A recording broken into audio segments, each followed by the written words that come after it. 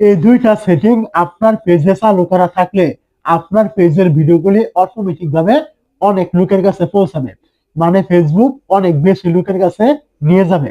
তো ওই দুইটা সেটিং আপনি কিভাবে চালু করবেন এবং কোথায় পাবেন?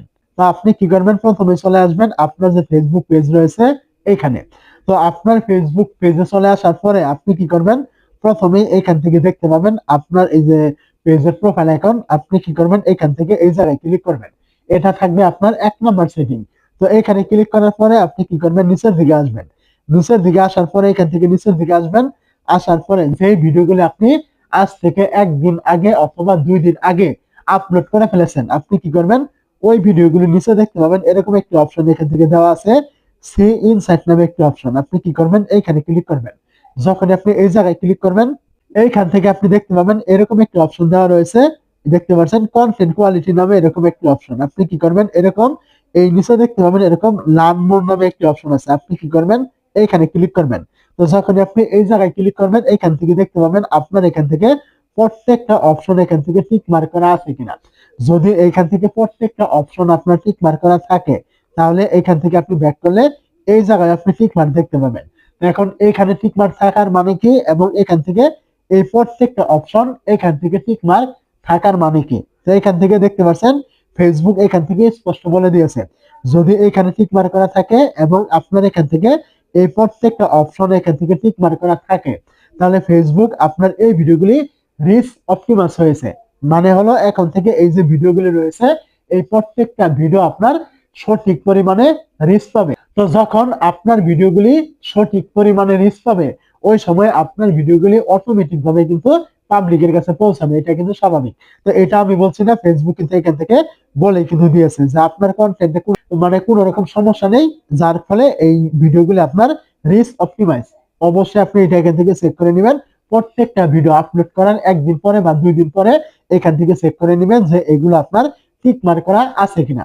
এটা অবশ্যই খুবই গুরুত্বপূর্ণ, এটা আপনার 1 নম্বর সেটিং, এটা ঠিক থাকতে হবে আপনার ভিডিওগুলি পাবলিকের কাছে সঠিকভাবে পৌঁছানোর জন্য। তো এখন আসি আমরা দ্বিতীয় যে সেটিংটা রয়েছে সেটাই। তো আপনি কি করবেন, আবারও চলে আসবেন আপনার যে ফেসবুক পেজ রয়েছে এখানে।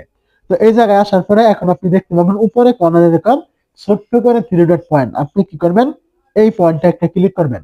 এই জায়গায় ক্লিক করার পরে এখান থেকে আপনি দেখতে পাবেন সেটিং আইকন। আপনি কি করবেন, এই জায়গায় এই আইকনে একটা ক্লিক করবেন। যখন আপনি এই জায়গায় ক্লিক করবেন, এখান থেকে নিচের দিকে আসবেন। একটু নিচের দিকে আসলেই এইখান থেকে পেয়ে যাবেন পেজ সেটআপ নামে একটি অপশন। আপনি এইখানে ক্লিক করবেন। যখনই আপনি এই জায়গায় ক্লিক করবেন, এখান থেকে দেখতে পাবেন পেজ রেকমেন্ডেশন নামে একটি অপশন। আপনি এইখানে ক্লিক করবেন। তো রেকমেন্ডেশনে ক্লিক করার পরে এখান থেকে আপনি দেখবেন এইখান থেকে এই রেকমেন্ডেবল, আপনার এই পেজটা রেকমেন্ডেবল করা আছে কিনা। যদি এখান থেকে রেকমেন্ডেবল করা থাকে, তাহলে ফেসবুক এখান থেকে বলে দিয়েছে আপনি এখান থেকে কি কি ফ্যাসিলিটি পাবেন। প্রথমে বলেছে ফেসবুক নিজে হেল্প করবে আপনার এই ভিডিওগুলি অডিয়েন্সের কাছে পৌঁছানোর জন্য। তারপরে এখান থেকে ফেসবুক আরো বলেছে আপনি এই ভিডিওগুলি, মানে আপনি যে ভিডিওগুলি আপলোড করবেন এই ভিডিওগুলি ফেসবুক আপনার রিলেটেড যে ভিডিওগুলি রয়েছে ওই ভিডিওগুলোর সাথে সাজেশন করবে। আপনি এখান থেকে এই সুবিধাগুলো আপনি পাবেন। ফেসবুক এখান থেকে বলে দিয়েছে যদি আপনার এখান থেকে এই পেজটা রেকমেন্ডেবল করা থাকে। আর যদি এখান থেকে আপনি এসে দেখেন যে এখান থেকে রেকমেন্ডেবল করা নেই, নট রেকমেন্ডেবল অথবা রেকমেন্ডেবল সাসপেন্ড, এরকম কোনো বিষয় এখান থেকে উল্লেখ করা হয়েছে, অথবা কোন রকম ইস্যু এখান থেকে আপনার শো করছে, তাহলে বুঝে নেবেন আপনার এই পেজের ভিডিওগুলি জীবনে কখনো ফেসবুক আরো অডিয়েন্সের কাছে পৌঁছাবে না, আপনার রিলেটেড ভিডিওর সাথে কখনোই সাজেশন করবে না, এবং কি আপনার এই পেজটা কখনোই গ্রো করবে না। এটা কিন্তু ফেসবুক এখান থেকে বলে দিয়েছে।